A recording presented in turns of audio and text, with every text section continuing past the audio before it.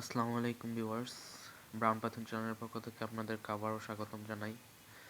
তো আজকে আমি আপনাদের সাথে যেটা শেয়ার করব সেটা হলো অ্যান্ড্রয়েডে কিভাবে ফ্ল্যাশ প্লাগিং সমস্যার সমাধান করবেন।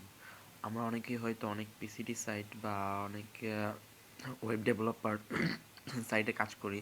তো সেখানে আমাদের দেখা যায় অ্যান্ড্রয়েড মোবাইল দিয়ে সেটা করা যায় না। অর্থাৎ মানে কোনো একটা পিসিডি সাইটে যদি আপনি একটা অ্যাড দেখতে চান তাহলে দেখবেন ওখানে ফ্ল্যাশ প্লাগিং প্রবলেম লেখা থাকে। তো ওই ফ্ল্যাশ প্লাগিং প্রবলেমটা কীভাবে সলিউশন করবেন সেটা আজকে আপনাদের দেখাবো। তো ফার্স্টে আপনি আপনার মোবাইলে একটা অ্যাপস ডাউনলোড করতে হবে, অ্যাডোবি ফ্ল্যাশ প্লেয়ার। এই যে এখানে দেওয়া আছে ফ্ল্যাশ প্লেয়ার সেটিং। তো আপনি আপনার মোবাইলে ফ্ল্যাশ প্লেয়ার সেটিংটা ডাউনলোড করে নেবেন। দেন আমি দেখাচ্ছি, আপনি যখন ফ্ল্যাশ প্লেয়ার অন করবেন তখন সাথে সাথে আপনার ব্রাউজার সিলেক্ট করতে চাইবে। আপনি অপেরা মিনি, ইউসি ওগুলো দিয়ে না ঢুকে শুধুমাত্র আপনার সেট ব্রাউজার দিয়ে ঢুকবেন।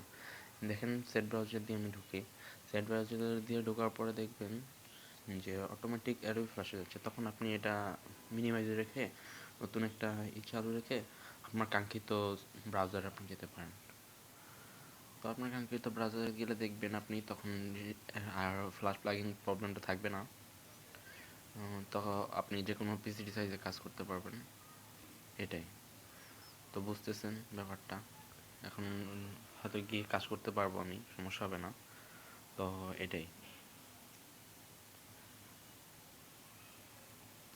ঠিক আছে।